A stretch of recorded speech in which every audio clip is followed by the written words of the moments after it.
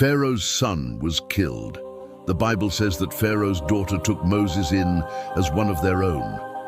But when Pharaoh's son, who we assume is Pharaoh's only son, because it doesn't say he had any other sons, when he died, then Pharaoh got angry and started to chase after Moses and the children of Israel.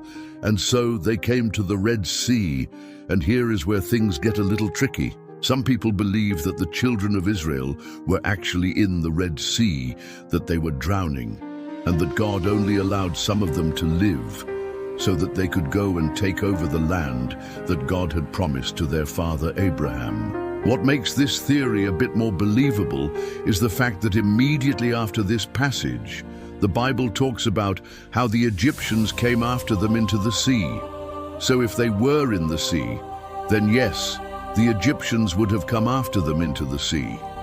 However, there's another theory, and that's the one that I believe. And that's the theory that says that the children of Israel were not in the sea. And what happened was, when Pharaoh and his army got close to them, God told Moses to lift up his staff. And when Moses lifted up his staff, the Red Sea parted, and the children of Israel walked through on dry land until they got to the other side. Then the Red Sea came back, and it swallowed up Pharaoh, his chariots, and his army.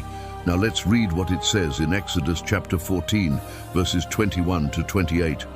Then Moses stretched out his hand over the sea, and all that night the sea was divided, and the children of Israel went through the sea on dry land, and the water was a wall to them on their right hand and on their left. And Pharaoh and his army pursued them, and they overtook them.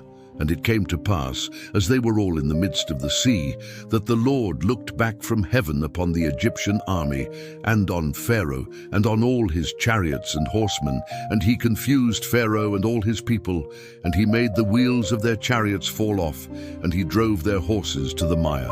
So Pharaoh and his whole army were drowned in the Red Sea. Then the children of Israel saw that great work which the Lord had done for them, and the people feared. And their hearts melted for fear of Pharaoh and his army, the chariots and all the horsemen.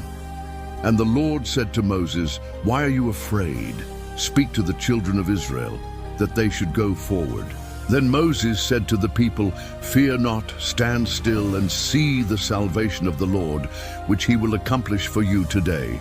For the Egyptians whom you have seen today, you shall see them lying on the ground, slain by the sword of the Lord. And the Lord will save you. You need not fear." Then the Lord spoke to Moses, saying, "Stretch out your hand